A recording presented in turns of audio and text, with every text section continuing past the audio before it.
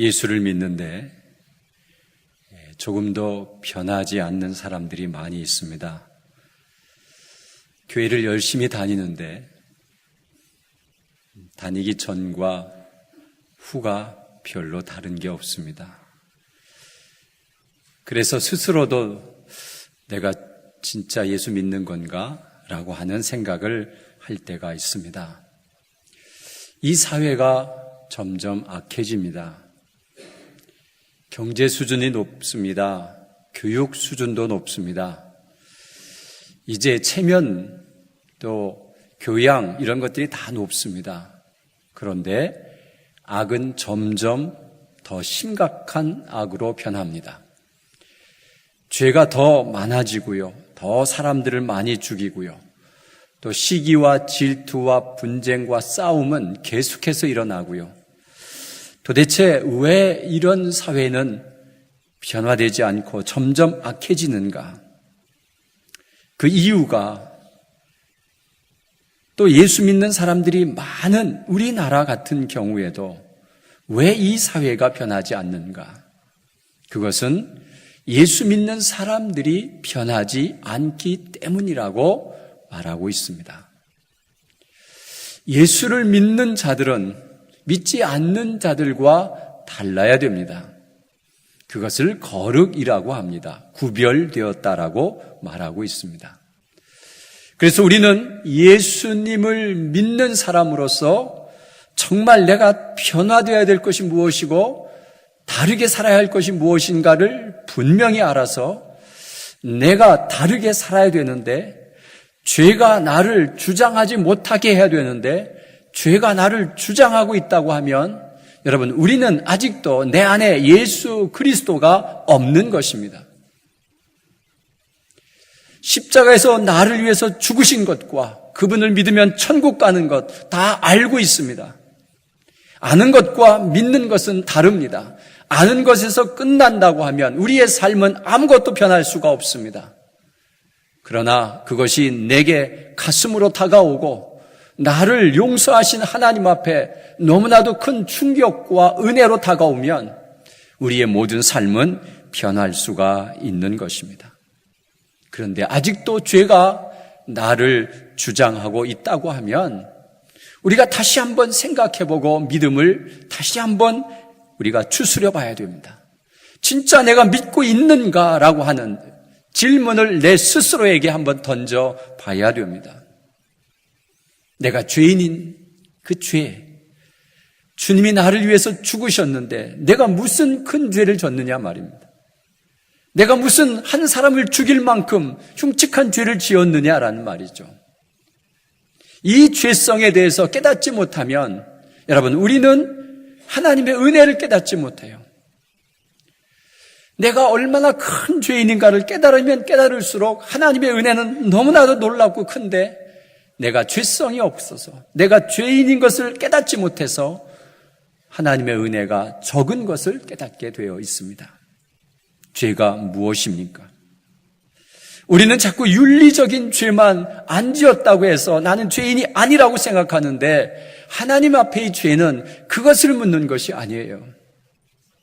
하나님 앞에서 이 죄가 무엇이 큰 죄냐 하면 믿지 않는 행동과 믿지 않는 말과 믿지 않는 모든 것들을 여러분 이것이 가장 큰 죄예요. 근데 우리는 그것을 죄로 느끼지 않아요. 죄로 느끼지 않아요. 여러분 한번 생각해 봅시다. 남편이 바람 피운 게 그렇게 잘못이에요? 그런데 우리는 충격은 어떻게 다가와요? 어마어마하게 다가와요. 왜요? 내가 믿었는데 나를 배신해?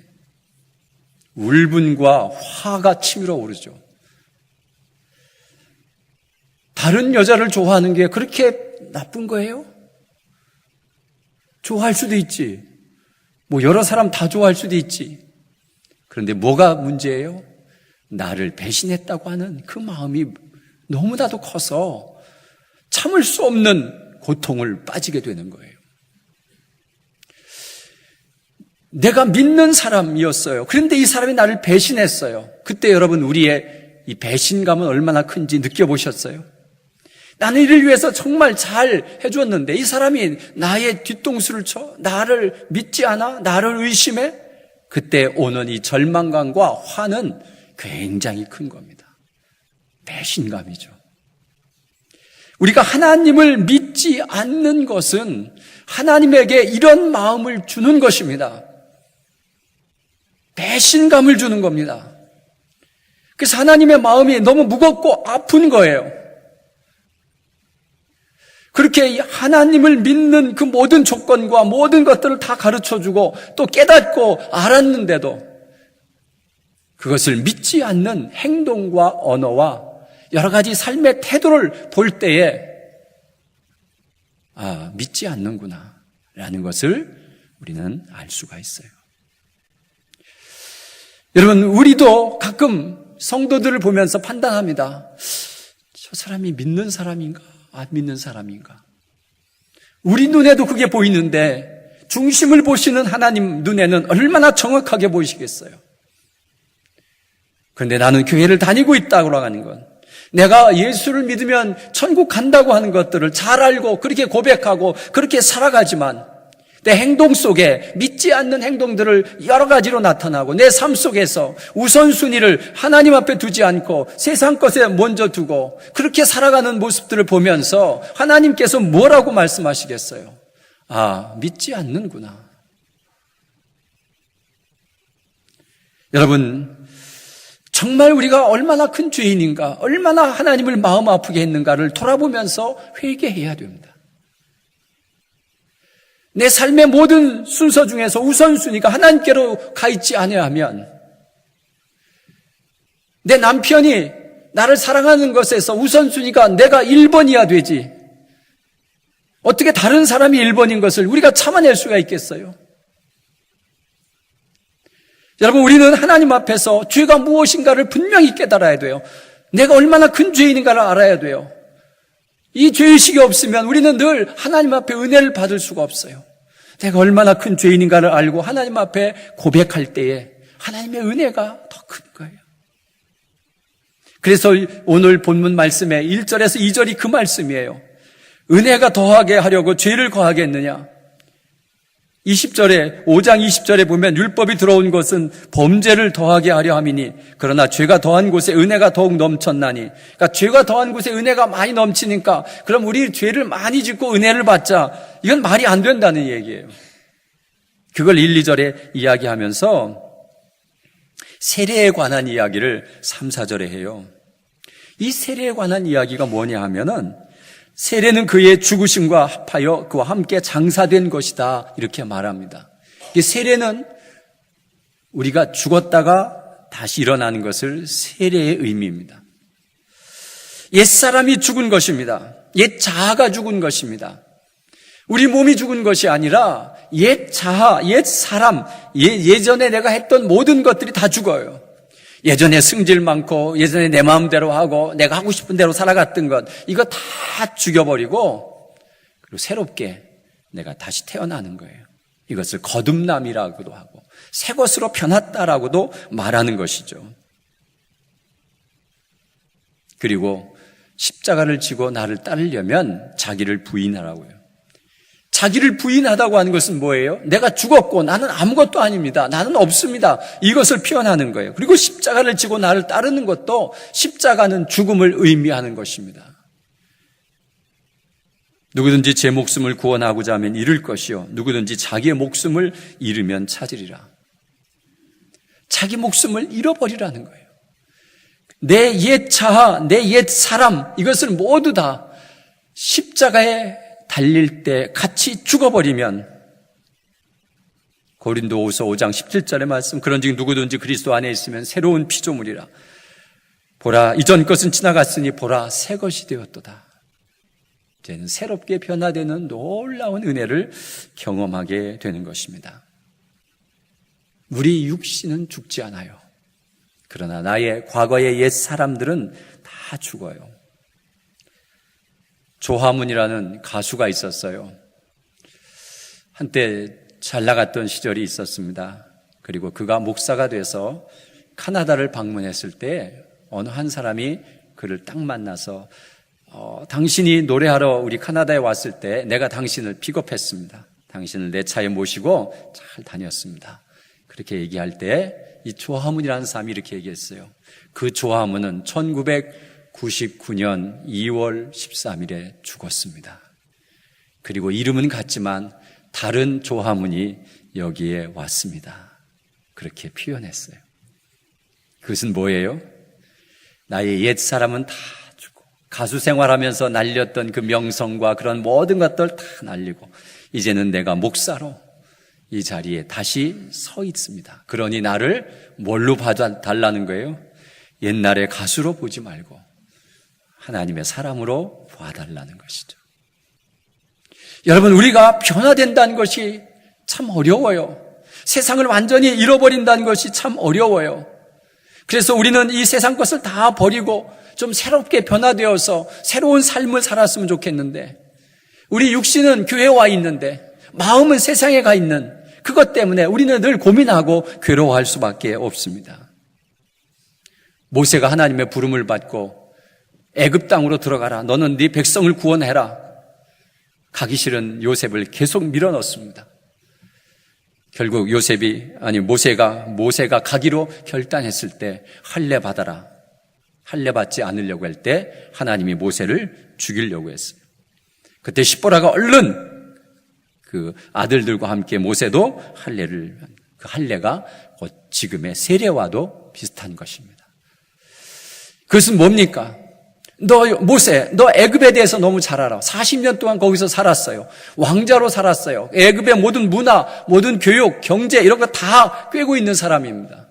그러나 너는 이제 예전에 가졌던 그 애굽을 잃어버려라. 내가 가지고 있던 애굽은 모두 다 버려버려라. 이제는 그 생각으로 너희가 이 백성들을 구원하면 너는 안 된다. 이제 내 생각, 내가 주는 생각과 내가 주는 명령과 내가 주는 인도하심으로 가라. 네 능력이 아니고 네 힘이 아니고 내가 가지고 있는 것이 아니라 이제는 내가 너에게 능력을 주겠다. 내가 너에게 모든 것을 가르쳐 주겠다. 그것만 믿고 따르려면 너는 옛 자아가 죽어야 된다. 할례를 요구하신 것입니다. 여러분, 우리가 새로운 삶, 하나님을 따라가는 삶이라면 이 모든 것들을 다 버려봐야 되는데 우리는 그것을 잘 못할 때가 참으로 많이 있습니다. 그런데 오늘 본문에서도 예수님과 연합되었다 이렇게 표현합니다. 5절에 보면 만일 우리가 그의 죽으심과 같은 모양으로 연합한 자가 되었다면, 죽으심과 같은 모양으로 연합한 자가 되었다면 이 말씀은 뭐냐? 십자가에서 죽을 때 우리도 함께 죽었다는 것입니다. 이게 정확하게 죽어야 그 다음 그의 부활과 같은 모양으로 연합한 자도 되리라. 이제 부활의 역사가 일어날 때 우리도 거기에 연합해서 다시 산다는 것입니다. 부활은 죽음을 전제합니다. 죽지 않은 자가 부활했다는 것은 우스운 얘기입니다. 기절한 자가 부활했다? 아닙니다. 다 죽어가던 자가 부활했다? 다 틀린 말입니다. 부활은 완전히 죽어야 부활을 경험하는 것입니다. 그럴 때 여러분, 우리는 이 부활이 얼마나 크고 놀라운 사건인가를 다시 한번 생각해 봐야 됩니다. 예수님의 제자들이 예수님을 그렇게 따라다니며 오병이어 바다를 걸어다니고 수많은 죽어간 사람들을 살려내고 죽은 사람도 살려내는 그런 기적을 보면서도 예수님인가 하나님의 아들인가 의심하고 다녔습니다. 그런데 십자가에 달려 죽으니까 다 실망하고 다 도망갔습니다. 우리 선생님도 별 볼 일 없구나. 다 죽어서 아무것도 아니구나. 여러분, 죽고 난 다음에 저 사람이, 죽은 사람이 사람을 살린 사람이었다고, 사람의 능력자였다고 그렇게 말하면 그게 무슨 의미가 있습니까? 지금은 아무것도 안 일어나는데. 그래서 죽음 앞에서 초라한 모습을 보여준 예수 그리스도를 보고 다 실망하고 도망간 제자들이 예수 그리스도가 살아났다는 소식을 듣고 그들은 정신을 번쩍 들고 주님께로 달려왔습니다. 그리고 주님을 향해서 나도 십자가를 지고 죽을 수 있는 그런 능력을 달라고 기도하면서 성령의 충만함이 채워질 때 그들은 능력을 받고 온 세상을 향해서 12명의 제자들이 헌신함으로 지금 이 온 세상에 복음이 전파되는 놀라운 역사를 이루어냈던 것입니다. 여러분, 우리가 완전히 죽어야 부활의 능력을 경험할 수 있습니다. 내가 내 자아가 완전히 죽고 내 성품이 완전히 죽고 옛사람이 완전히 죽어야 그리스도와 함께 다시 살아남으로 우리는 그리스도의 능력자로 살아갈 수 있고 내 안에 주님을 모시고 살면서 주님이 지배하는 삶을 살 수가 있는 거예요. 주님이 주장하는 삶을 살 수가 있는 거예요. 그런데 죄가 나를 주장하고 살고 있다고 하면 아직도 내 마음속에 살아계신 주님을 의식하지 않는 거예요. 죄의 문제가 이렇게 심각하게 우리에게 다가오는 것을 볼 수가 있습니다. 연합이라고 하는 것이 무엇입니까? 연합은 어떤 것이 용해되고 분리되지 않는 것을 말합니다. 이런 물이 있습니다. 맑은 물이지만 여기에 설탕을 이렇게 부으면 설탕물이 됩니다. 그리고 물과 설탕은 하나가 됩니다. 분리할 수 없습니다. 물이 가는 곳에 설탕도 가야 되고요. 이 물이 흘러가는 대로 그 설탕은 계속 따라갈 수밖에 없습니다. 하나님과 우리가, 예수님과 우리가 이렇게 용해되어 버리는 거예요. 하나가 되어버려요. 또 하나는 접붙이는 거예요. 접붙이는 거. 접붙이는 것은 예수 그리스도의 그 둥지 안에 내가 가지로다가 접을 붙이면 그동안은 내가 열매를 맺을 때 내 성품, 내 모든 못된 성품, 내 욕심, 내 고집, 내 모든 것들로 열매를 맺고 내 삶 속에서 나타냈다면 예수 그리스도로 접붙이고 난 다음에는 예수 그리스도의 성품이 내 삶 속에서 계속해서 퍼져나오게 되는 거예요. 그것이 접붙임의 원리예요. 그래서 우리는 예수 그리스도의 둥치에 접붙인 가지가 되어서 항상 열매를 맺을 때에 하나님의 성품이 우리의 삶 속에서 나타나게 되는 그 놀라운 은혜를 경험하게 되는 것입니다. 갈라디아서 2장 20절에 이렇게 말합니다. 내가 그리스도와 함께 십자가에 못 박혔나니 그런즉 이제는 내가 사는 것이 아니요 오직 내 안에 그리스도께서 사시는 것이라. 이제 내가 육체 가운데 사는 것은 나를 사랑하사 나를 위하여 자기 자신을 버리신 하나님의 아들을 믿는 믿음 안에서 사는 것이다. 하나님의 아들 믿는 믿음 안에서 삽니다. 근데 그 하나님의 아들이 부활하셨습니다. 여러분, 부활이라고 하는 것은 우리 기독교에서 가장 핵심 포인트고 터닝 포인트입니다. 부활이 있으므로 우리가 예수를 믿습니다. 부활이 있으므로 우리가 영생함을 믿습니다. 부활이 있으므로 우리가 죽음에서 이겨냈다. 그래서 우리는 이제 죽음을 이기고 영생함이 있다고 하는 것을 확증하고 확신하는 부활 사건입니다. 부활을 믿으십니까? 영생함이 있음을 믿으시기 바랍니다. 그것을 첫 열매가 되어주셔서 그가 먼저 부활하시면서 그리고 하늘로 올라가시면서 내가 너희들을 다시 데리러 오리라. 우리 육신은 죽지만 우리의 영혼은 다시 살아서 영생함으로 가는데 이 땅에서 좀 잘 살아보고 이 땅에서 뭔가 좀 편해보고 이 땅에서 그렇게 살아보고 남들보다 더 멋진 삶을 내가 좀 편한 삶을 살려고 하다가 영생함을 놓치는 어리석음을 범하지 말아야 됩니다. 진정으로 우리가 예수 그리스도를 믿습니까? 우리의 죄가 얼마나 큰가를 느끼십니까? 그런데 왜 변하지 않습니까? 키에케고르의 들오리라고 하는 이야기가 있습니다. 노르웨이 해변에 살던 들오리가 싹 날아갔습니다. 어느 날 네덜란드 상공을 가다 보니까 철새니까 아마 이렇게 어디를 향해서 목표를 향해서 가죠. 집오리들을 발견했어요. 살도 통통하게 찌고 얼마나 평화스러운 모습을 봤어요. 이야, 참 좋다. 저희가 천국 같다. 그 생각을 하는 순간 이 날개짓의 날개가 얼마나 무겁고 힘든지 모르겠어요. 나는 언제까지 이 짓을 해야 되나라는 생각하면서 그러면서 그 집오리를 뱅뱅 돌다가 거기에 앉고 말았어요. 그래서 집오리들과 그들이 먹는 거 같이 먹고 같이 지냈어요. 너무 행복했어요. 너무 좋았어요. 그러다가 문득 내가 가야 할 길이 있지, 여기가 아니지 라고 생각하면서 날개짓을 했어요.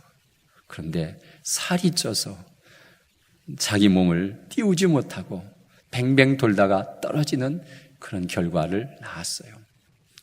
또 며칠 있었더니 들오리들이 또 상공을 쫙 날아갑니다. 그것을 보면서 그래, 나는 들오리지, 집오리가 아니지, 나도 날라야 돼 하면서 다시 날개짓을 푸득거리면서 나르려고 몸부림을 쳤지만 그는 너무 무거워서 날지를 못했습니다. 평안함, 이것이 우리를 무겁게 만들고 죄에 빠지게 만듭니다. 죄는 정말 달콤합니다.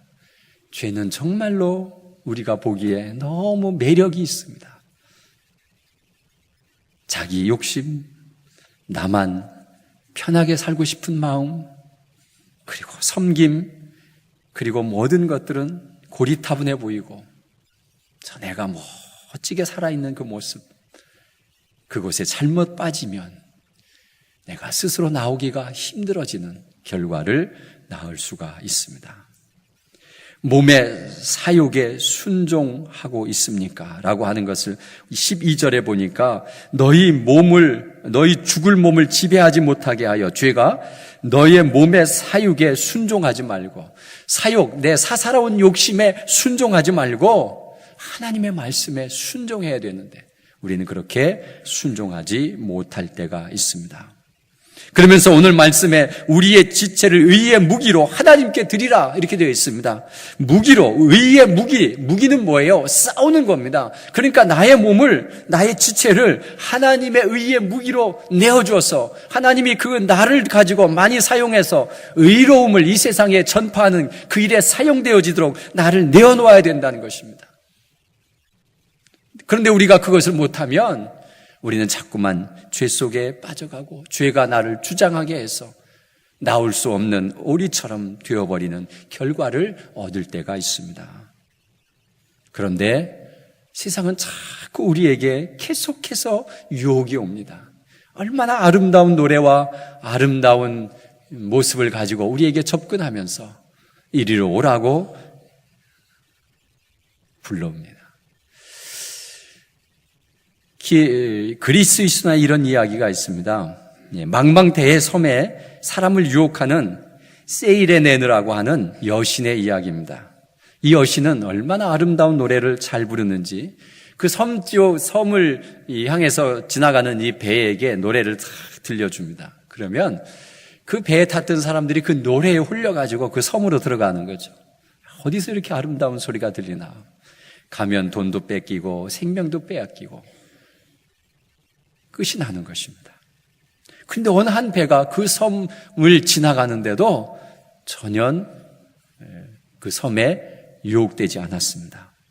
그래서 그 배에 뭐가 있었길래 그런가 봤더니 그 배에 유명한 음악가 올피어스라는 사람이 타고 있었습니다. 그런데 이 사람은 하프 연주가였습니다. 그래서 그 배에서 그 섬에 지나갈 때 이 하프를 계속해서 연주했는데 그 세이레이스보다 더 큰 소리로 음악을 연주하므로 그 배에 탔던 사람들이 그 여신의 노래를 듣지 못했다는 사실입니다. 여러분, 우리가 하나님께 집중하면 세상의 유혹, 세상에 우리를 원하는 그런 모든 것들이 보이지 않고 들리지 않습니다.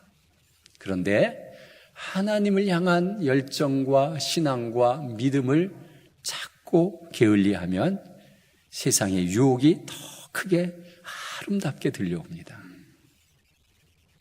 여러분, 그리스도인으로 살아가는 건 그것은 주님이 내 안에 계심을 믿고 그와 연합하는 것입니다. 그와 함께 살아가는 것입니다. 그리고 예수님이 나를 주장하게 하는 것입니다. 나를 예수님께 맡겨드리는 것입니다. 그럴 때 죄가 우리를 주장하지 못하는 것입니다. 여러분, 주님이 여러분 안에 계신 것을 믿으시고 주님이 주장하는 삶을 사는 우리 모두가 되시기를 간절히 바랍니다.